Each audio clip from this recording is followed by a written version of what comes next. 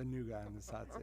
Yes, I do believe that. Is that based on your knowledge of what you believe the state will give us and what the federal government will give us? That's based on all of the revenues that we've looked at and the expenditures going into next year, yes.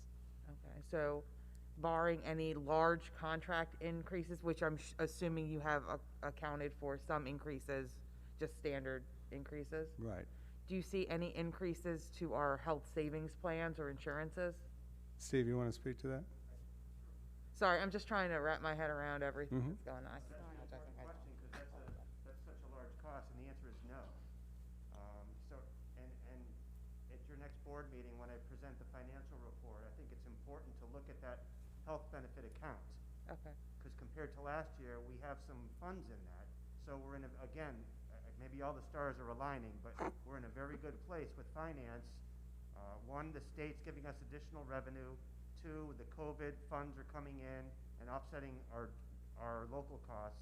And then three, this is another big ticket in the budget, is your health benefits. I don't know if it's attributed to our staff not being very sick, or we've just put our premium cost at a certain level that more than satisfies the claim costs. So I haven't budgeted an increase for health benefits at this point.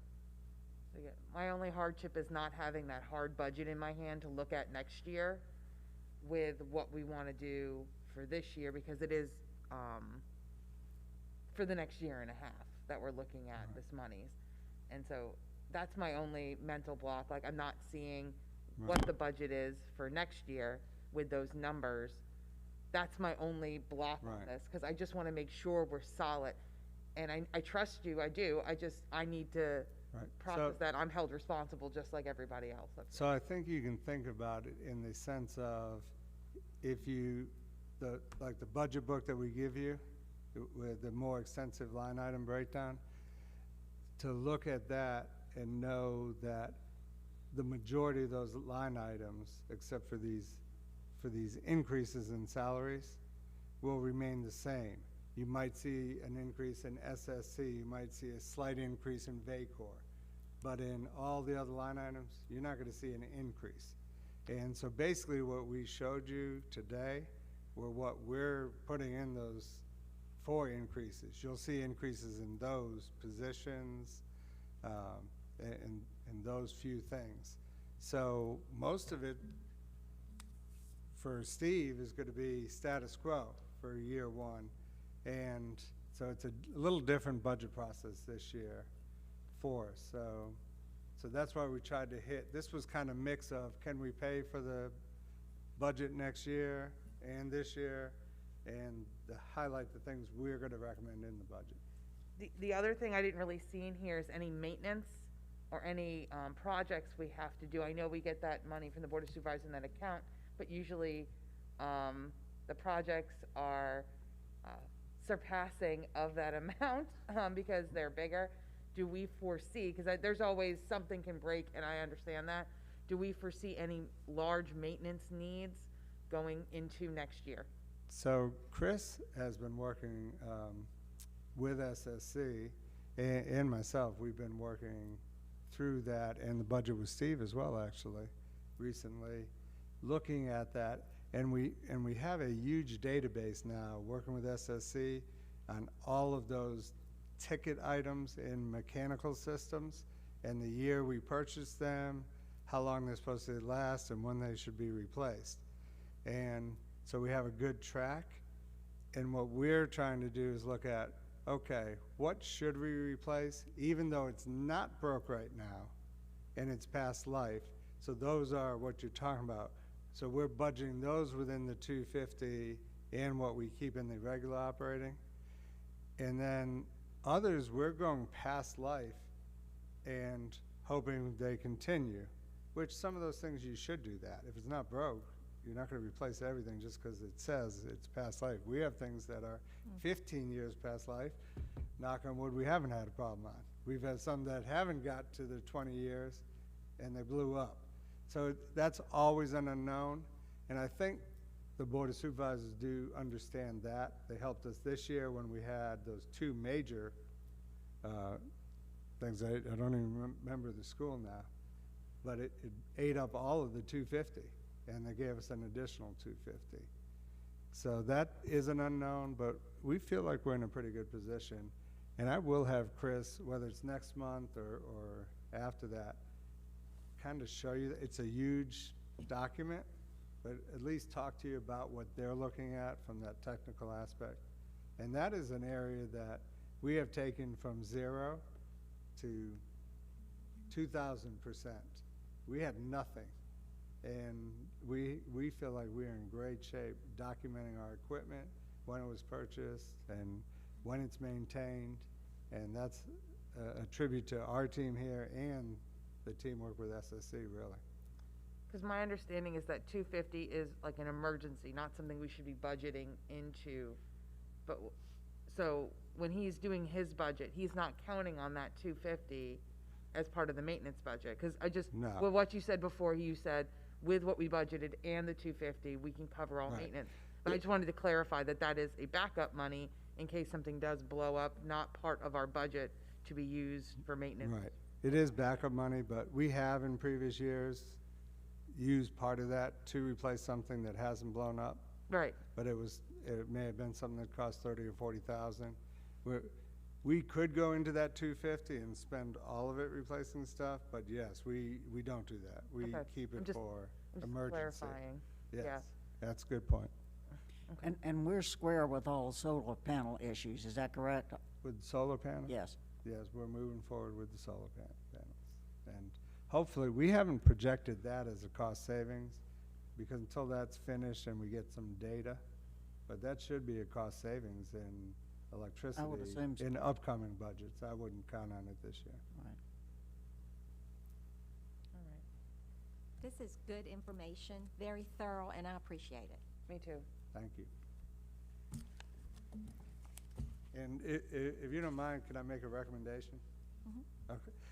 I would like to recommend that you consider that the bus drivers and the instructional assistants receive $1 an hour increase starting January 2021, and that all other employee categories receive a COLA of 2% starting in January 2021. And I'm not saying another 2% for teachers when I say all other categories, because you already voted that, the new salary. So that would be my recommendation. Madam Chair, if it's okay with the board, I would like to move that we go forward with what Dr. Thornton just recommended as far as the increases salary for the staff. Second. As he just presented it. Second. Okay, we have a motion, and it has been seconded.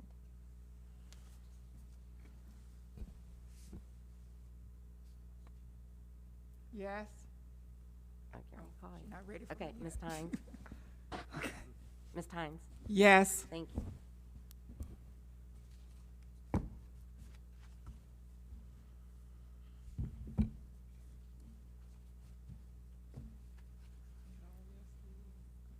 Okay, the motion was passed.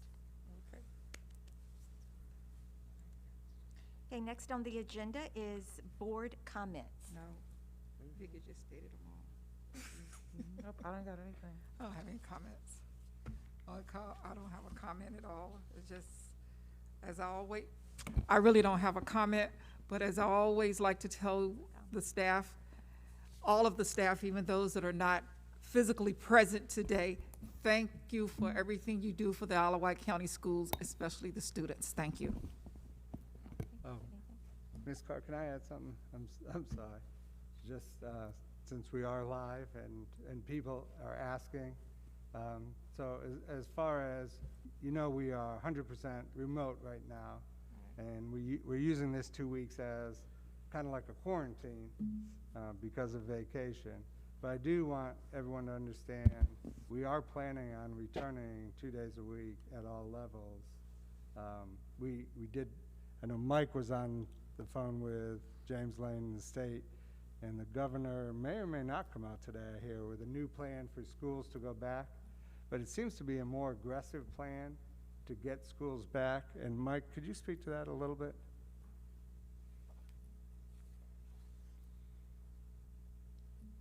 So I believe the governor was planning a press conference today, but obviously those quite often are moved or postponed. And without releasing too much of that information, which I believe will come firsthand from the governor, as Dr. Thornton said, the plan basically will help, I think, divisions across the Commonwealth who maybe they've been struggling with the decision-making process. So what we're getting is real clear guidelines from the health department and the Virginia Department of Education, working in collaboration to really give a process and a matrix for that decision-making. I will say here in Isle of Wight, I think we've already been probably pretty closely adhered to what you'll see as that new model. And I do think it'll help divisions maybe move in the direction of in-person, because quite frankly, many of them have not moved in that direction to this point. Right. I think a lot of the data, and this is not, I was not on the call, I was somewhere else yesterday. But a lot of the data is showing that a lot of school divisions are using that 200 cases per 100,000, which is red, and using that as their matrix. And instead of incorporating how you're doing at the school level, or do you have spread within your schools, and what they're finding in Virginia and across the nation is schools seem to be some of the safest places to be. So, and we've already been back. So I just wanted to put that out there as people ask. At this point, we plan on opening in 2 weeks and moving on like we have been. And at that point, we'll be talking more about when we're ready to go 5 days a week again, which will be a different type of a jump and a different conversation. But we plan on opening in 2 weeks. I have another concern, I guess. And after opening, and once staff finds out exactly where our students are, if we as a board be willing to look at our schedule that we have already put out for next year, and maybe some of those extra days in there that the students will have off, whether it's a winter break, spring break, or even the summer vacation, extending the time they're in class to help catch them up in their instructions. Because like I said, all of us have said the same thing.